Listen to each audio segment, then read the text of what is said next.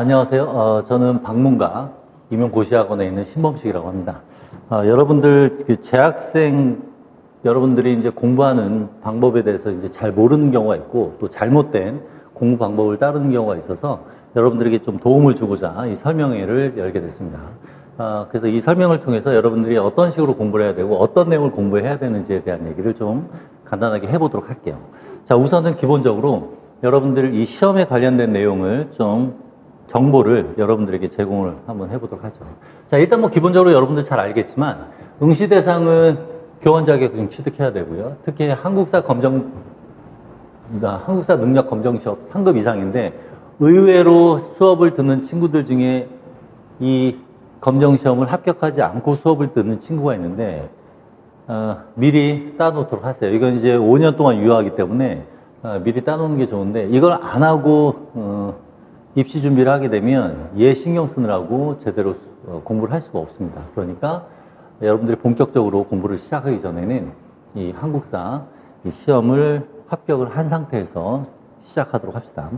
재학생이니까 재학 기간 동안에 따도록 하세요. 근데 이제 이게 예전하고는 시험 그 체계가 바뀌었기 때문에 약간 난해하다라는 얘기들이 있으니까 좀 미리 준비를 해서 합격을 미리 해놓길 바랍니다. 자, 시험 일정 같은 경우 기본적으로 보면 1차 시험과 2차 시험인데 1차 시험은 11월 말에 이루어집니다. 그리고 합격자는 12월 말에 일어나게 되고요. 그래서 1차 시험 합격자는 대략 한 1.5배로 합격자를 발표하게 되고 2차 시험 때 이제 간추리게 되는데 2차 시험은 이렇게 1월 중순경에 시험을 보게 되고요. 2월 초에 합격자 발표가 일어나게 됩니다.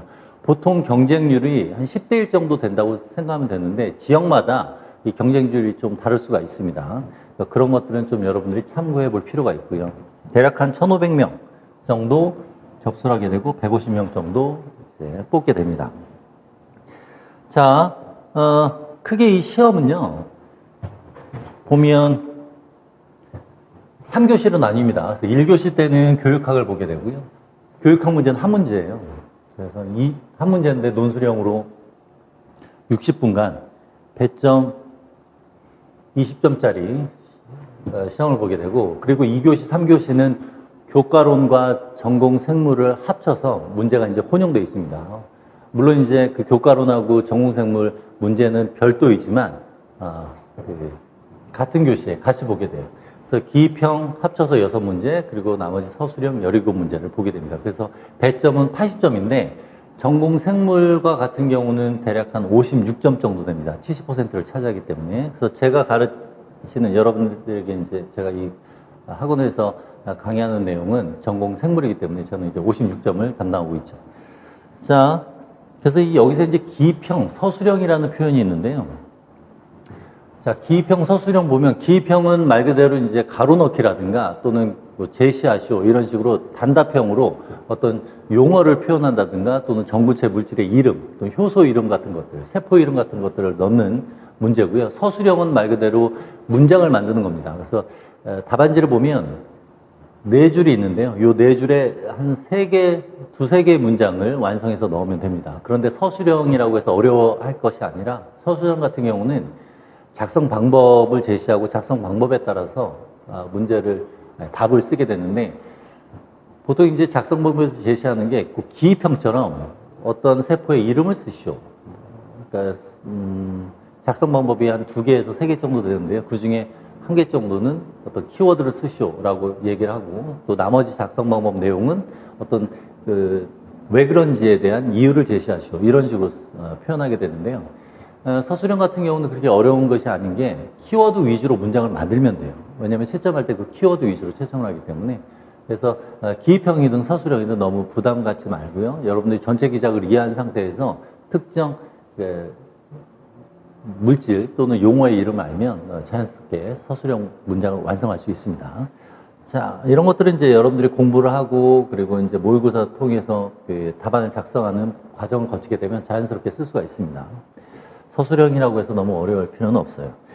자, 그래서 지금 보면 1교시는 교육학이었고요. 2교시, 3교시는 전공 A, 전공 B라고 하는데 이때 이제 90분씩 교과론이 30%, 교과 내용화 이게 이제 전공 생물입니다.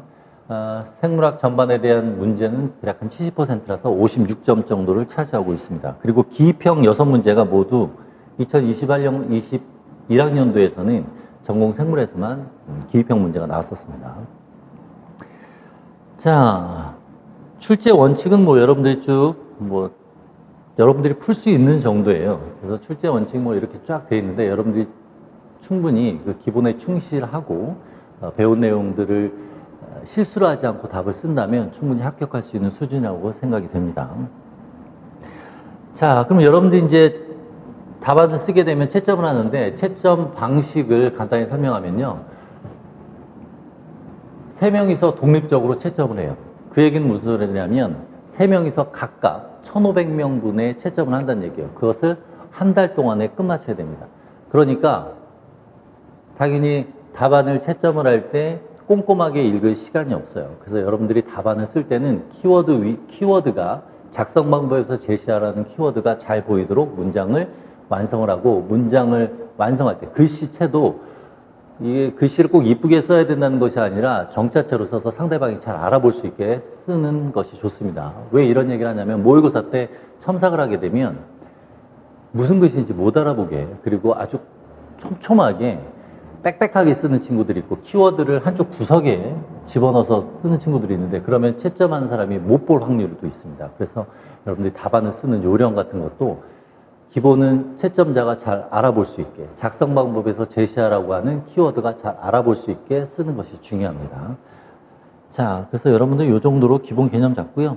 자, 전공생물, 교과론 같은 경우는 이 정도, 그리고 전공생물 같은 경우는 이렇게 다양한데 이 다양한 내용을 크게 4영역으로 나눠볼 수가 있습니다. 그래서 세포학, 유전학, 그리고 동물생리학, 그리고 식물학, 생태학, 분류진화 이렇게 나눠볼 수가 있는데 대략 출제 비율은 세포학과 유전학 합쳐서 50%, 그리고 동물생리 식생분진 합쳐서 50%다. 이 정도로 생각하면 되고요. 특히 이제 식생분진, 특히 이제 생태학, 식물학, 분류진화학 파트는 범위에 비해서는 좀 출제되는 빈도가 좀 높은 편에 해당합니다. 전반적으로 골고루 출제가 되고 있다. 이렇게 보면 되겠습니다. 그래서 전체 서술형 17문제 중에 11문제가 전공 생물이고요. 6문제 같은 경우는 이제 기입형. 그리고 나머지 이 서술형 6문제는 교과론 문제로 나오게 되겠습니다. 자, 지금 여러분들 이제 그 시험이 어떤 것인지 간단하게 개요를 여러분들에게 설명하고 있습니다. 자, 문제 유형 같은 경우 이런 식으로 다양해요. 그런데 보통 보면 기입형에서 쓰라고 하듯이 서술형에서도 전구체 이름을 써라. 단량체는 무엇이냐? 실험 방법은 어떤 것이냐? 이런 식으로 묻습니다. 그러니까 이런 내용들을 여러분들이 공부하면서 익힐 필요가 있고요.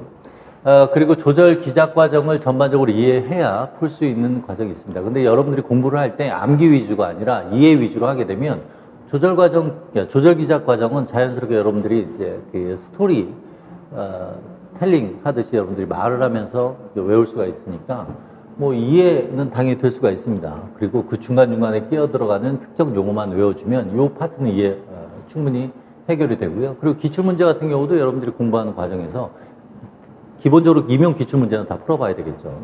임용 기출문제. 그리고 여유가 있다면 미트, 디트, 피트 문제를 풀어보면 되겠습니다.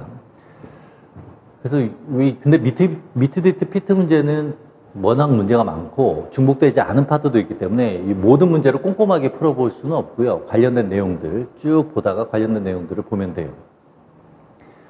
보통 이제 저 같은 경우는 이제 문제 풀이 때 최소한 임용 기출 문제는 여러분들에게 제공을 하고 이제 문제 풀이 과정에서 일부 문제는 미트, 디트, 피트 변형된 문제로 여러분들에게 제공을 하고 있습니다. 그래서 최대한 출제 가능성이 높은 문제들을 풀 수 있도록 이제 제공을 하고 있죠.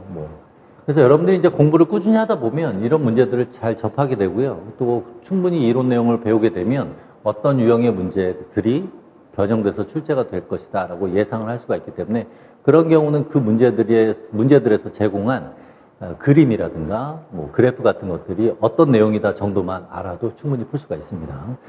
자, 그 다음에 이제 수식 같은 게 이제 몇 개가 나오는데 어떤 경우는 그 수식 자체를 쓰라는 문제가 있기도 했어요. 그러니까 이런 수식이 나올 때는 중요한 포인트들은 알아둘 필요가 있고요. 이런 것도 이제 수업 중에는 제시가 됩니다. 그래서 이런 것들은 보통 이 수식은 문제에서 제시된다 또는 과거의 기출문제선 제시가 안 되고 직접 쓰라고 했으니까 외워둘 필요가 있다. 뭐 이런 식으로 몇 개의 수식만 체크해주면 됩니다.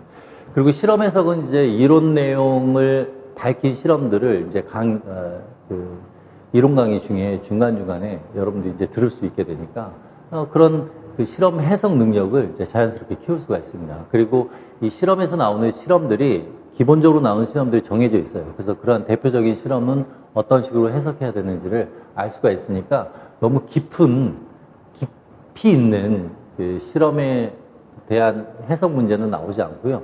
대표적인 실험 문제에 대한 해석이 나오니까 그렇게 어려워할 필요는 없어요. 하지만 실험을 접하지 않은 친구들은 이 해석 능력을 키울 필요는 있기 때문에 이론과 관련된 실험이 어떻게 디자인됐고 어떻게 그 결과를 해석할 수 있는지는 공부할 때마다 한 번 정도 생각을 하고 자기 것으로 이해를 하면서 공부를 할 필요는 있습니다.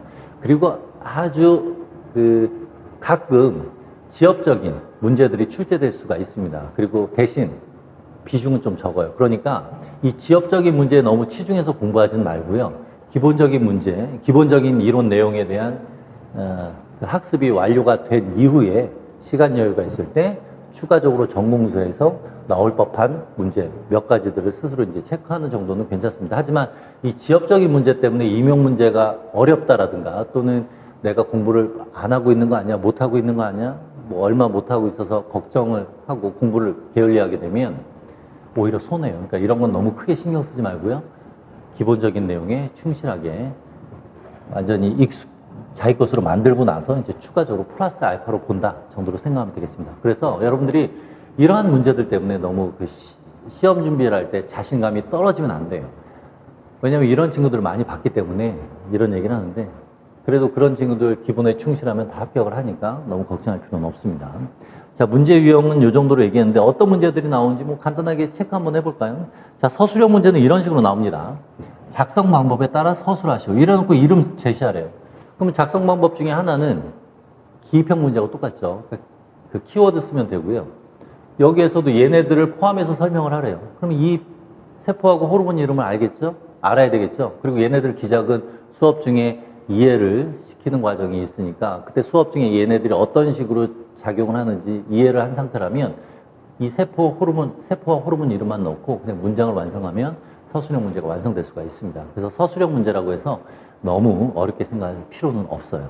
그래서 키워드 위주로 작성 방법에서 원하는 키워드를 찾고 그것을 문장으로 만드는 과정만 여러분들이 잘 해주면 되고요. 특히 그래서 공부를 할 때는 이해를 잘 해줘야 됩니다. 이해를 하게 되면 전반적인 내용이 이해가 된 상태에서 중간에 필요한 어떤 물질, 세포 이름 또는 용어만 그 몇 가지만 한 두세 가지만 외우게 되면 나머지 전체 기작을 서술형을 쓸 수 있으니까 너무 크게 걱정할 필요는 없습니다. 공부하기 전부터 걱정을 하게 되고 자신감이 없으면 공부를 할 수가 없으니까 자신감 있게 1년 동안 충실히 공부하면 충분히 합격할 수 있다라는 생각으로 이제 도전을 하는 게 좋습니다. 그리고 기입형 같은 경우는 이런 식으로 해당 내용을 그냥 쓰면 돼요. 서술형과 기입형이 그렇게 어려운 것은 아니니까 걱정할 필요는 없고요. 자, 지금 같은 경우 특정 용어를 쓰라는 형태의 문제였고요. 자, 또 어떤 유형이 있냐? 조절 과정을 조절 기작을 이해를 해야 풀 수 있는 문제가 있습니다. 이제 이 경우는 이제 근육이 수축하는 그 기작인 활주설에 대한 얘기인데, 이 내용도 이해를 하면 충분히 쓸 수가 있고요. 그래서 작성 방법이 2개 또는 3개가 나오는데, 이것도 충분히 다 여러분들 이론 시간에 공부를 하게 되면 다 충분히 풀 수 있는 그런 문제들입니다. 자, 그리고 이제 기출문제 변형된 경우. 대표적인 게 이제 피트 문제인데요. 2017년도 8월 달에 출제된 문제가 2017년도 임용 11월 말에 문제가 출제될 때 똑같이 그래프가 나왔습니다. 그리고, 보기 문제. 요 보기 내용이 그대로 작성 방법에 적용돼서 문제가 나왔는데, 이런 문제가 자주 나온 건 아니고요. 어쩌다 나옵니다. 그러니까 너무 미트, 디트, 피트 쪽에 너무 치우쳐서 시간을 너무 많이 뺏길 필요는 없고, 이론 내용과 임용 기출 문제를 다 풀어본 상태에서 또는 병행해서 대표적인 미트, 디트, 피트 문제 중에 임용과 연관되어 있고 출제가 될 만한 것들을 선별해서 내용, 또 그래프들을 익힐 필요는 있습니다. 그리고 단권화시킨 노트에다가 어떤 문제가 출제될 만하다. 그러면 이제 메모해 놓고 따로 정리된 것을 찾아서 시험 전에 다시 한번 확인하는 과정을 거치게 되면 여러분들이 이제 충분히 준비가 될 수가 있는 거죠. 자, 이런 식으로 기출문제 변형 형태가 나올 수가 있고요. 또 임용 기출문제 자체도 반복해서 나올 수가 있습니다. 그래서 10년 전 정도에 나온 문제를 변형해서 이런 식으로 또 나온 형태가 있었어요. 자, 그리고 수식을 이용하는 경우. 자, 이 수식을 이용하는 경우는 pKa를 구하는 그 공식이 있는데요. 그 수식 자체를 쓰라는 문제가 2014년도에 나왔고 또 그 수식을 알아야 풀 수 있는 문제도 나왔으니까 그런 대표적인 수식은 알아둘 필요가 있고요. 자, 이런 경우도 마찬가지입니다. 이건 생태학 문제인데 생태학에서도 관련된 수식을 알면 이제 풀 수가 있는 문제. 그래서 기본적으로 알아야 되는 수식은 몇 가지 안 되니까 그런 정도는 체크를 해서 알아둘 필요가 있고요. 자, 그 다음에 이제 실험 해석. 이러한 실험 문제들이 나오는데 이러한 실험 문제들도 다 수업 시간에 다 다루는 문제들이기 때문에 그렇게 어려움 없이 해석을 할 수가, 문제를 풀 수가 있습니다. 특히 최근에 이런 형태의 실험 문제들이 좀 종종 출제가 되고 있어요. 한두 문제씩은 꼭 나오는 양상을 보이고 있습니다. 그리고 이것도 역시 실험과 관련된 문제가 좀 전에는 2020학년도에 이렇게 나오고요. 2021학년도에 이런 식으로 실험과 관련된 문제가 나왔습니다. 하지만 그렇게 어려운 내용은 아니에요. 하지만 이제 실험을 배우지 않으면 모르는 내용인데 이론 시간에 이런 실험 내용들을 다 다루게 되니까 걱정할 필요는 없습니다. 자, 그리고 이런 식으로 지엽적 문제가 나오는데 이러한 지엽적 문제는 그 문제 비중이 적어요. 그러니까 너무 그렇게 부담스럽게 생각하지 않아도 됩니다. 최근에 좀 비중이 약간 높아졌는데 약간 높아졌다 해도 그렇게 크게 차지하지 않으니까 이러한 지엽적 문제에 연연해서 걱정하고 이런 데 시간을 너무 많이 뺏기지 말고요. 출제될 확률이 높은 부분도 확실히 하고 그 다음에 여유가 시간을 따로 그러니까 시간 여유가 있을 때 시간을 따로 내서 이런 것들을 가능성 있는 문제들을 기출 문제를 토대로 해서 추린 다음에 몇 가지는 여러분들이 대비해 두면 충분히 준비가 되리라고 봅니다. 자, 이게 이제 여태까지는 기본적인 얘기들을 했고요. 이런 내용들은 뭐 나중에 또 설명회라든가 다른 강의의 설명회라든가 또 주변으로부터 많이 들을 수가 있으니까 간단하게 이 정도만 체크하는 걸로 하도록 합시다. 자, 이제 본격적으로 이제 재학생 여러분들에게 하고 싶은 말을 할 텐데, 자, 생물학을 모르는 상태에서 공부를 하는 친구들이 많습니다. 경험상으로 보면 심화과정에 학생들이 들어와요. 근데 심화과정에 들어올 때 일반 생물학을 건너뛰고 오는 친구들이 있습니다.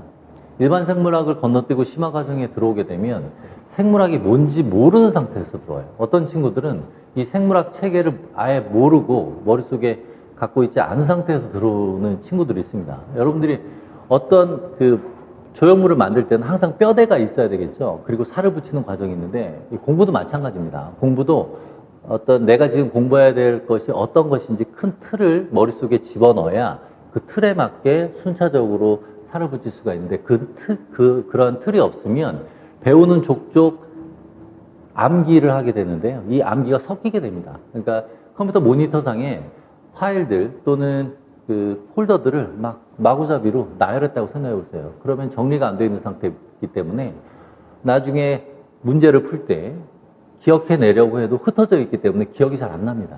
그래서 내가 지금 어떤 내용을 공부를 하고 어떤 내용들이 각 파트에서 나왔는지를 체계적으로 머릿속에 정리를 해야 되는데 이제 생물학을 대학교 때 배웠기 때문에 일반 생물학은 그냥 바로 심화 들어가면 되지라는 생각으로 일반 생물학을 건너뛰는 친구들은 심화 과정에서 제대로 못 쫓아와요.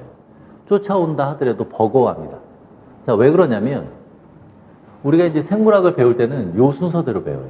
그래서 일반 생물학 책을 보면요. 세포학을 다루게 되고요. 유전학을 다루게 되고 그것을 토대로 해서 동물생리학을 다루게 됩니다. 보통 여기까지가 이제 기본적이고요. 이제 추가적으로 식물생리학. 식물생리학은 동물하고 많이 다르기 때문에 따로 식물생리학, 식물형태학은 따로 배우게 되고요.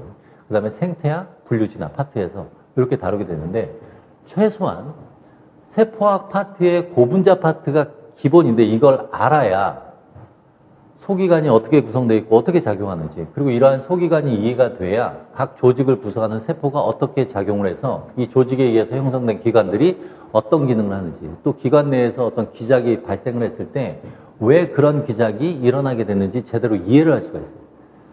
가장 기본은 고분자예요. 생물체를 구성하는 분자는 다양한데 가장 많이, 그리고 생물체의 특성이 서서히 나타나기 시작하는 단계가 바로 고분자. 고분자는 딱 4개입니다. 단백질, 핵산, 지질, 그리고 탄수화물. 요 4개에 대한 특성을 잘 이해를 하면 그러한 분자들에 의해서 여러 가지 창발적 기능들이 형성되면서 생명 현상이 나타나기 때문에 뒤에서 나오는 내용들을 이해를 할 수가 있어요. 자, 그런데 이러한 분자 파트에서 배운 것들, 세포 소기관에서 배운 것들이 기관계를 할 때 또 나오게 되고요. 유전학 파트 할 때도 이러한 분자들이 적용돼서 설명이 되는데, 설명을 할 때 이 파트를 모르면요, 몰라요. 그리고 앞부분을 할 때도 뒷부분 내용을 적용을 시켜서 우리가 또 연계해서 볼 수가 있습니다. 일반 생물학을 먼저 공부를 하게 되면 이 전체를 다 다룹니다. 머릿속에 뼈대가 형성되어 있고 앞에서 배운 내용과 뒤에서 배운 내용이 매치가 돼요. 그래서 왜 앞에서 이런 내용들을 배우는가? 얘네들이 뒷부분에서 어떤 의미가 있기 때문에 배운다. 이런 것들이 어느 정도 잡혀있는 상태에서 심화 생물학을 배우게 되면, 여기에서 심화 생물학은 일반 생물학에 살을 붙이게 되고요. 여기에 추가로 새로운 내용을 배웠을 때 이해가 빠릅니다. 그런데 4학년을 마치고 공부에 이제 입시 준비를 들어온 친구들은 일반 생물학 2달 정도, 2달이면 충분한데요. 2달을 이제 좀 일명 빡세게라고 표현하죠. 이제 타이트하게 그 공부를 일반 생물학을 하게 되면 심화가 참 편한데, 일반 생물학은 뭐 대학교 때 배웠으니까 뭐 요 정도는 뭐 심화 바로 들어가면 되지. 그래서 힘들어하는 친구들이 많습니다. 그래서 어떤 친구들은 제 강의 말고 다른 강의를 한 3년, 4년 정도 공부를 하다가 계속해서 전공생물 성적이 안 오르니까 이제 강의를 바꾸기 위해서 제 강의를 딱 들어와요. 근데 그런 친구들이 일반 생물학부터 들어와요. 왜냐하면 일반 생물학부터 한번 시도를 해보자. 그래서 이제 상담을 하게 되면 성적이 지금 100점 만점에 56점이 전공생물인데 30점에서 40점, 요 사이에 30점대에서 더 이상 안 오른다는 거예요. 공부를 아무리 열심히 해도 안 오른대요. 그래서 이번에 처음부터 다시 시작하자는 마음으로 일반 생물학을 듣습니다. 그래서 2달 동안 일반 생물학을 듣고 나서 이제 서로 또 얘기를 하게 되면 일반 생물학이 이런 내용이었는지 모르겠다. 그리고 몰랐었다. 그리고 자기가 일반 생물학 책을 통해서 나름대로 책을 그냥 정독하면서 익힌 내용과 여기서 배운 내용이 완전히 다르더라. 그러니까 자기가 책을 가지고 공부할 때는 시간도 오래 걸리고 제대로 이해도 못한 상태였고, 이 내용들이 읽은 부분이 다른 부분과 어떻게 연결되어 있는지 이런 것들이 서로 매치가 안 되니까, 연결이 안 되니까 시간만 버리고 지치고 심화 과정에 집중을 못하게 돼서 힘들어 하더라고요. 근데 일반 생물학을 시작한 친구들이 이제 합격한 친구들이 종종 있습니다. 3, 4년 고생하고 안 되겠다 싶어서 일반 생물학부터 하면 이 친구들이 심화 들어왔을 때 달라요. 그 받아들이는 속도가. 그리고 질문의 수준도 높고. 그러다 보니까 일반 그 심화 과정을 잘 마스터하게 되면 문제풀이, 알고 있는 내용을 확인하고 자기가 외우지 못한 내용들을 컨펌하는 작업이기 때문에 문제풀이 과정도 쉬워집니다. 그러면서 이제 모의고사 때는 알고 있는 내용을 아웃풋하는 연습을 하게 되니까 준비가 된 상태에서 본고사를 치르게 되니까 이제 좋은 성적이 나올 수가 있는 거죠. 그리고 초시생 같은 경우는 이제 보통 일반 생물학부터 이제 오죠. 일반 생물학 때 보면 아무리 대학교 때 일반 생물학을 들었어도요, 대학교에서는 일반 생물학이 시간상 제대로 가르쳐 줄 수가 없습니다. 근데 이제 학원에서 강의를 듣게 되면 일반 생물학을 충분히 듣게 되니까 초시생도 심화 과정에 잘 따라와요. 그러니까 그 몇 년 공부한 친구들이 심화 과정 들어왔을 때랑 그 초시생이 일반 생물학 과정 거치고 들어왔을 때랑 보면 오히려 초시생이 일반 생물학 거치고 심화 과정을 들을 때 더 잘 습득을 할 수 있고 또 더 잘 이해하는 그런 것을 제가 봤습니다. 그러니까 여러분들이 그래도 난 일반 생물 자신 있어 이렇게 생각하지 말고요. 재학생 여러분들은 시간 여유가 있으니까 일반 생물학을 학원에서 수강하는 것을 추천합니다. 제 강의가 아니더라도 다른 분들의 강의더라도 일반 생물을 독학으로 하지 말고요. 수강을 하도록 하세요. 왜 그러냐면 예전에 어떤 친구가 정말 열심히 하려고 그 친구도 한 3년, 4년 정도 공부했는데 제 수업을 듣기 전에 그 전에 정말 열심히 하려고 일반 생물학 책을 4번을 독학을 했대요. 정독을 했대요. 어떤 사람이 그런 얘기를 하더래요. 일반 생물학을 몇 번 정독을 하면 합격할 수 있어. 이런 식으로 얘기해서 그걸 고지고대로 믿은 거예요. 그래서 정독을 했는데 당연히 성적 제대로 안 나오죠. 그래서 그 다음에 이제 상담을 하는데 시간을 너무 많이 뺏기고 정말 열심히 했는데 왜 성적이 안 오르냐. 그래서 이제 그 친구도 일반 생물학 들으면서 자기가 뭘 잘못했는지 알고 그러면서 심화 과정에 잘 따라오게 되고 그리고 또 알아듣게 되니까 재밌고 그래서 성적이 올라가고 그래서 합격한 친구도 있었습니다. 그래서 여러분들이 일반 생물학을 등한시하면 안 돼요. 이게 이제 기본, 그 틀을 형성하기 때문에, 축을 형성하기 때문에 일반 생물학은 반드시 듣는 게 좋습니다.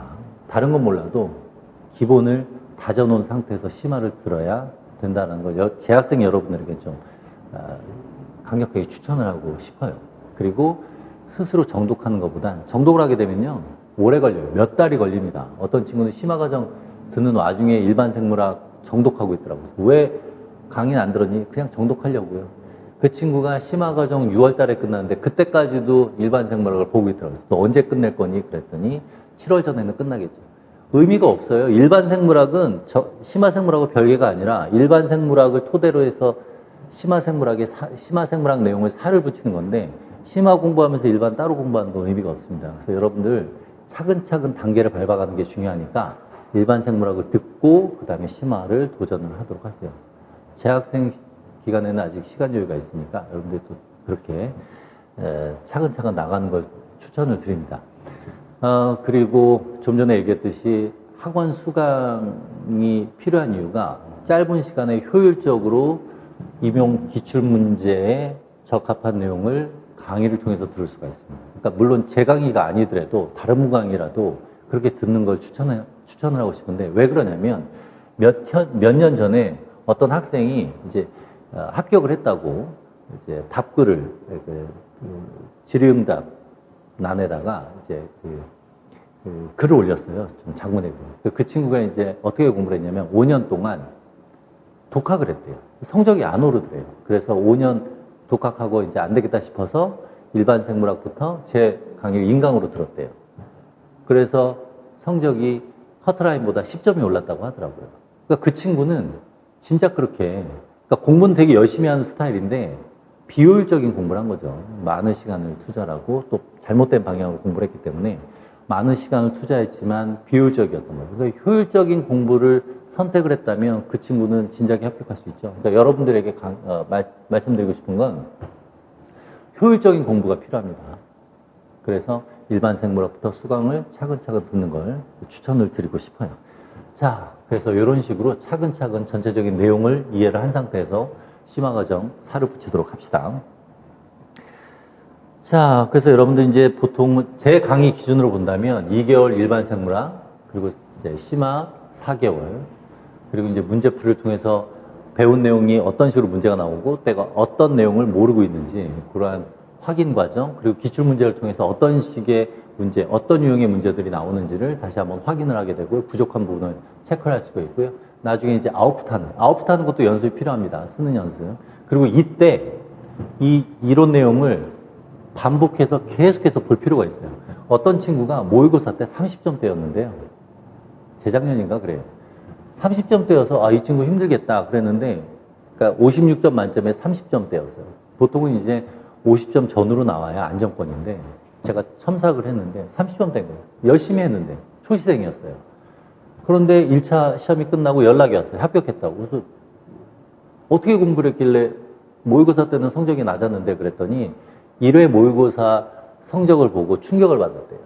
제가 총 4회를 보고 2회 동안 정리하는데 그래서 1회 충격받고 그때부터 정말 열심히 했대요. 남은 1개월 반 동안 정말 그 전에 배웠던 내용들을 정말 정리를 반복해서 했대요. 이 친구가 평소에 열심히 했던 친구예요.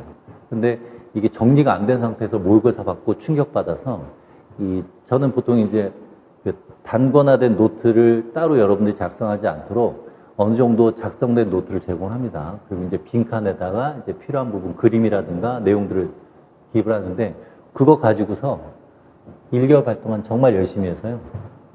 1차 시험 초신데도 1차 시험에 합격했다고 하더라고요.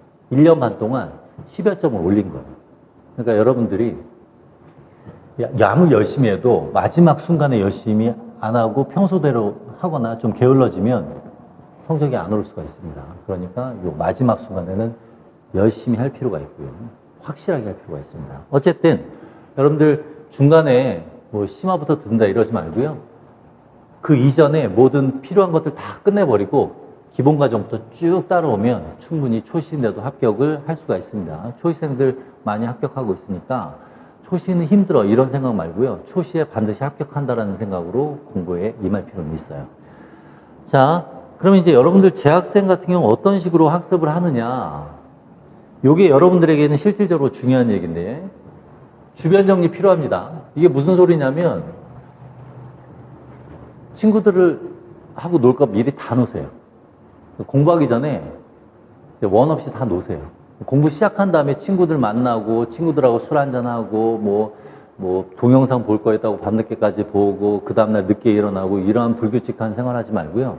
주변 정리 확실하게 하고 만약에 이제 부모님한테 또 가족들한테도 내가 1년 동안 정말 확실하겠다. 그러니까 양해해달라. 라고 얘기를 하세요.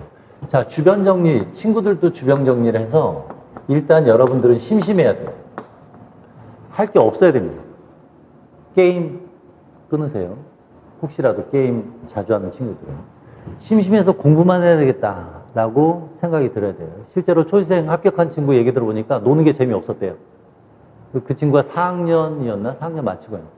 정말 생물 아무것도 모르고 그냥 수업 듣기 직전에 그냥 이번 공부해 볼까? 그러고 도전한 친구였는데 초시에 바로 합격을 했습니다. 실수를 해서 6점의 손실이 있었는데도 합격을 했어요. 서울에서. 그래서 자기 집 근처 30분 거리 학교에 바로 출근한다고 얘기를 했었는데 그 친구가 그냥 노는 게 재미없었대요.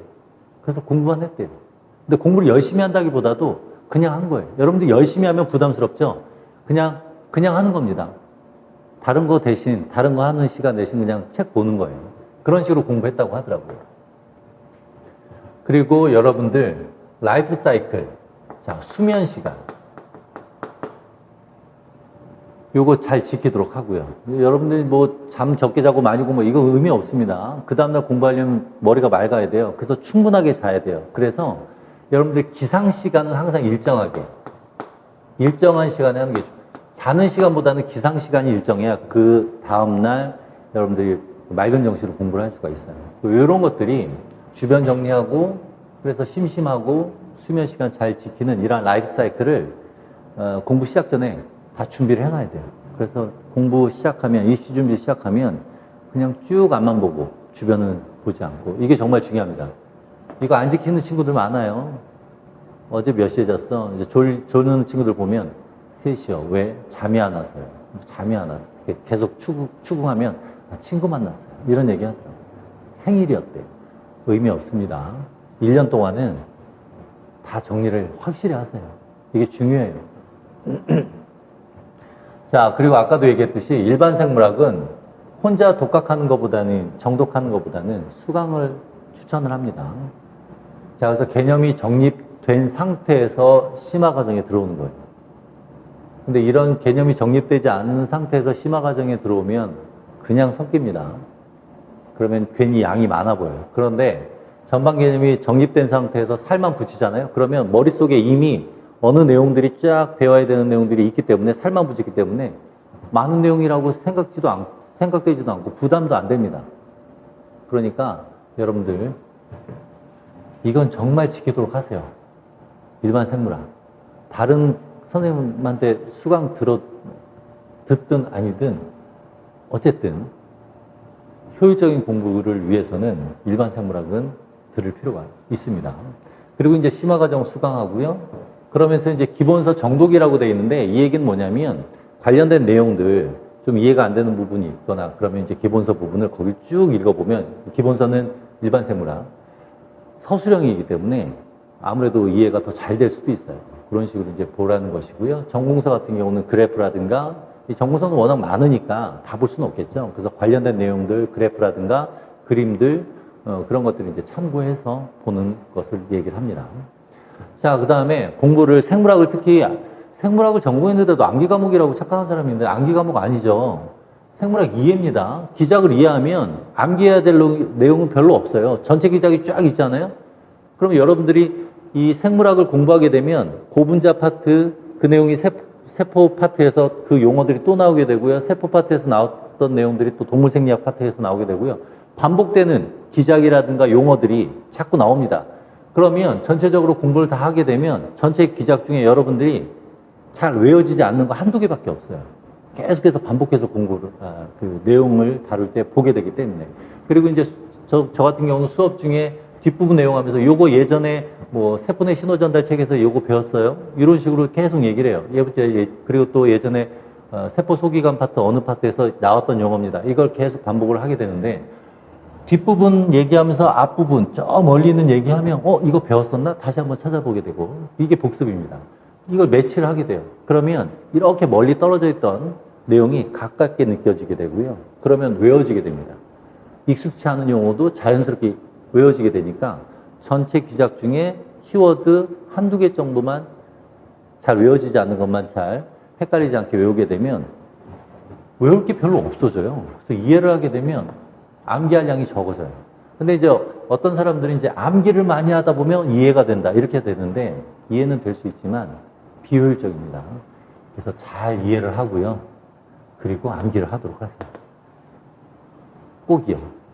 자, 그리고 반복학습. 그 주에 배운 내용만 복습하지 말고요. 그 전주에 배운 내용도 복습하고요. 그리고 그 다음 주에 또 복습을 할 때 전전주 것도 복습을 하게 되고 계속해서 봅니다. 그러면 복습할 시간이 늘어나는 것이 아니라 복습할수록 머릿속에 남아있기 때문에 그 복습이 반복됐던 내용들은 복습하는 시간이 확 줄어들어요. 소제목만 봐도 이건 무슨 내용 그러면서 빨리 넘어갈 수가 있습니다. 그러니까 반복학습이 중요하고 이 반복학습은 장기 기억, 단기 기억을 장기 기억화하는 데 중요합니다. 반복학습을 하게 되면 이 신경세포 간에 이 시냅스의 변화가 일어나는 가소성이 있는데요. 그런 가속성 때문에 시냅스가 확실하게 연결이 되니까 장기 기억으로 오래 남게 되고 떠올릴 때도 빠르게 떠올릴 수가 있어요.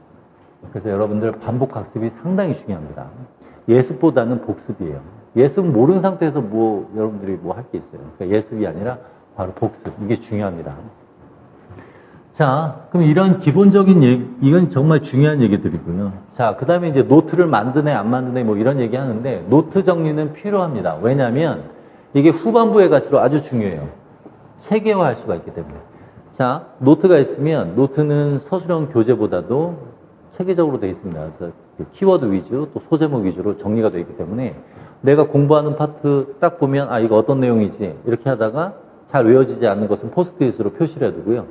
그러면서 마지막 아까 모의고사 기간 아주 중요하다고 했죠. 그때 포스트잇 색깔별로 표시해서 내가 잘 외워지지 않았던 것, 또 외워야 되는 중요한 것, 또 덜 중요한 것들을 색깔별로 구분을 해서 그 파트를 집중적으로 보는 거예요. 그리고 외워졌다 생각되면 포스트잇을 하나하나 떼어내면서 그 양을 줄이게 되면 모의고사 기간 동안에 내가 아는 것만 계속 복습하는 그러한 비효율적인 일을 하는 것이 아니라 아는 것들은 한두 번 보는 걸로 잘 이해가 안 되고 외워지지 않는 것들은 계속해서 반복해서 보는 것들로 체계적으로 나눌 수가 있기 때문에 노트는 필요합니다. 그런데 이제 공부한 내용을 따로 집에 와서 노트 정리하려면 시간이 너무 많이 걸리기 때문에 저 같은 경우는 예전에 이제 판서를 다 해줬는데 판서를 하다 보니까 잘 안 적는 친구들도 있더라고요. 열심히 적는 친구들은 수업 내용에 집중 못해서 그래서 저 같은 경우는 이제 노트를 판사한 내용의 노트를 이제 단권화해서 제공을 합니다. 그런데 이제 다 써져 있는 것은 아니고요. 그림 같은 것들 비어져 있고 일부 그림은 있지만 일부 그림은 비어져 있고요. 그리고 또 중요하게 또 따로 써야 되는 내용들은 약간 그 공간으로 남겨놔서 이렇게 표시를 해 다른 색깔로 이렇게 표시를 하죠. 그러다 보니까 판서량도 줄고 학생들이 따로 노트 작성을 하지 않아서 좀 좋아하는 경향이 있었습니다. 그리고 거기에다가 이제 여러분들이 추가로 포스트잇으로 이제 추가적인 내용들을 붙여주면 나중에 편하게 공부할 수가 있겠죠.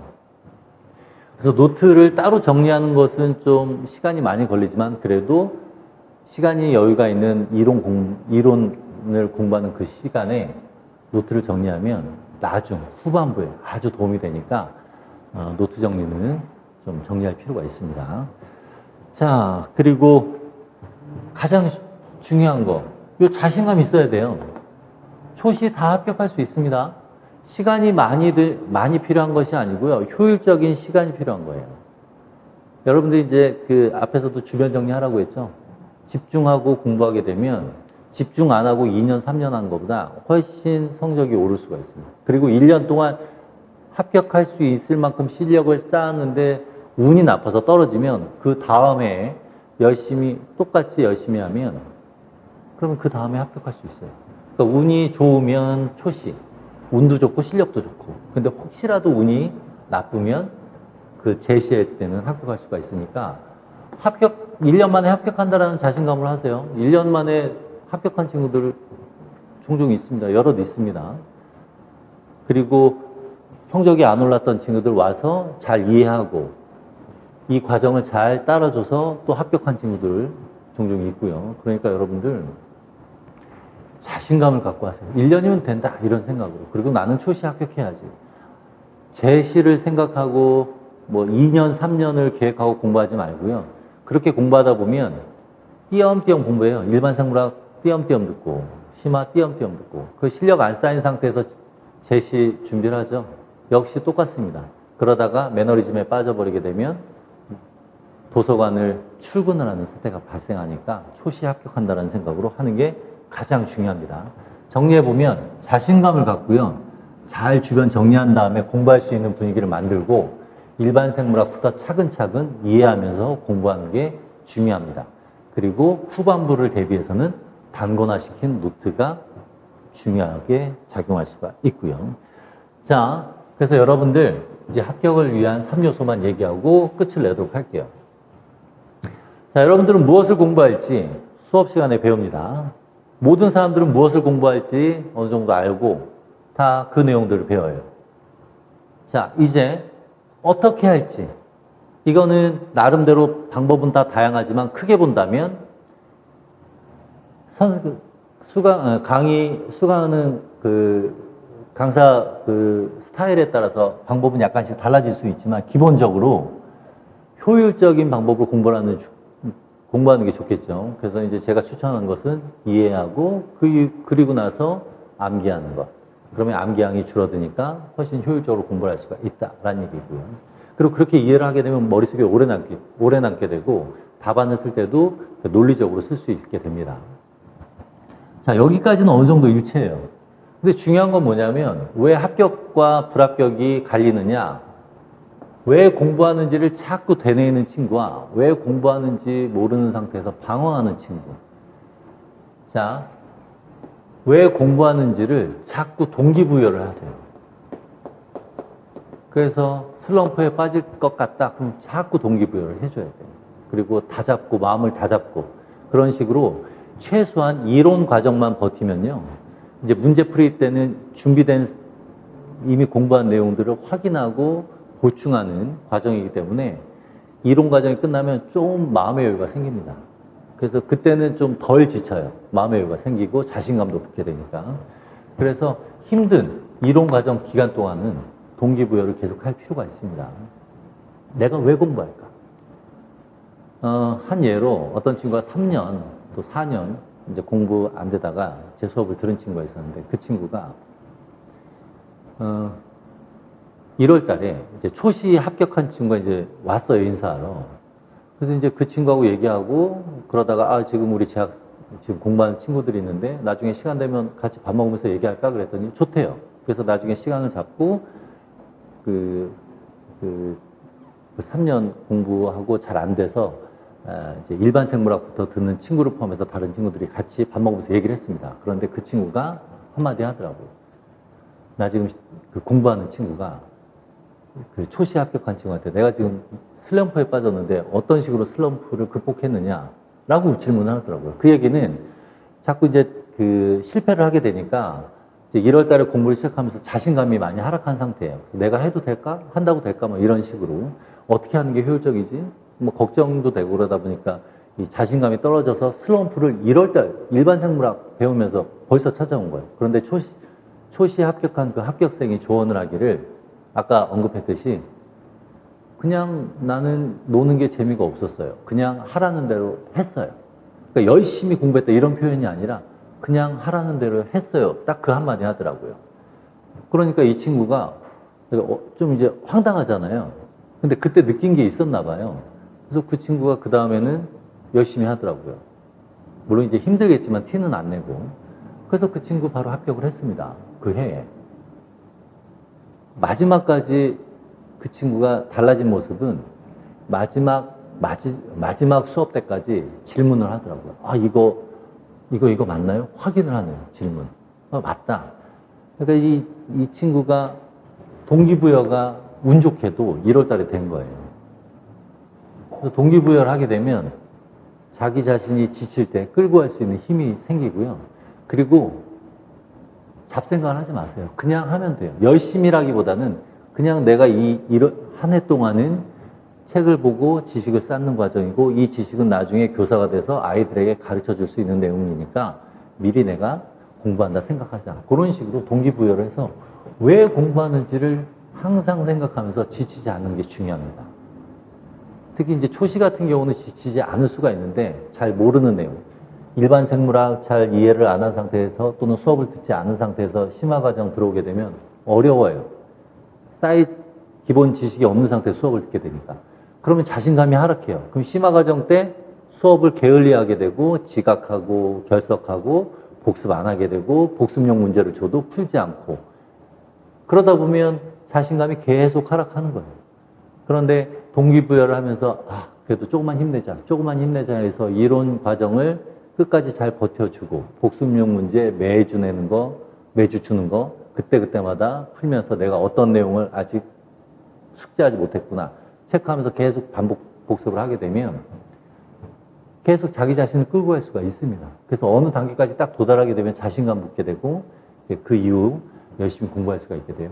그러니까 여러분들 공부할 때는 자신감을 갖고 항상 지칠 때 동기부여를 해서 내가 왜 공부해야 되는지 자꾸 되뇌이도록 하세요. 이게 제일 중요합니다. 특히 재학생 같은 경우는 1년 뒤, 2년 뒤에 시험 본다라는 생각에 여유 부릴 수 있는데요. 여러분들 재학생 때 당장 올해 시험 본다라는 마인드로 공부를 하세요.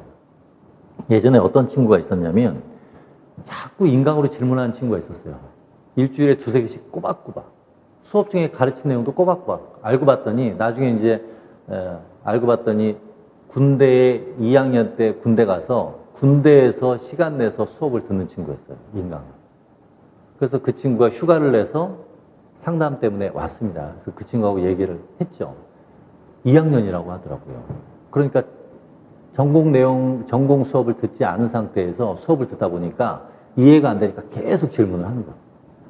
그래서 2학년인데도 그렇게 하더라고요. 당장 그 해에 시험 볼 듯이. 그 친구는 그러고 제대로 했어요. 그리고 그때 상담할 때도 휴가 나온 거잖아요. 그 안에 교재를 가지고 왔더라고요.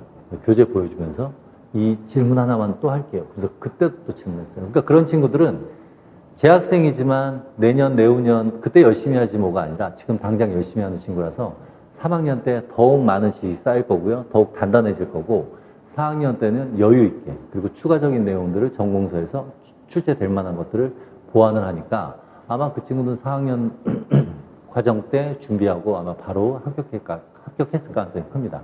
그래서 여러분들은 재학생 때 공부를 시작을 하면 그해 합격한다는 생각을 하세요. 만약에 그해 합격한다는 생각으로 공부하지 않을 거라면 차라리 노세요.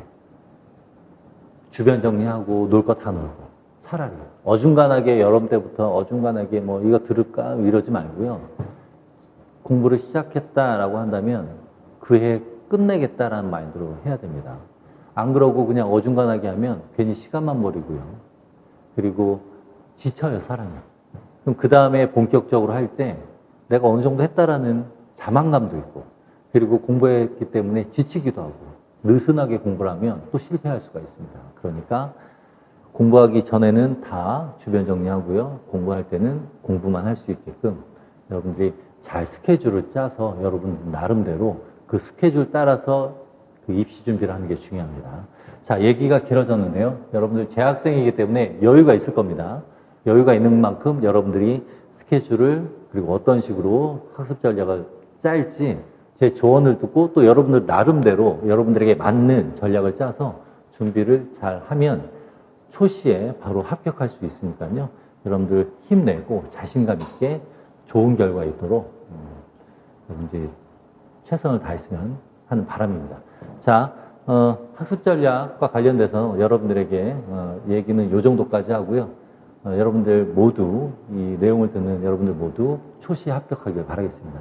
자, 수고 많았습니다. 이만 마치도록 하겠습니다.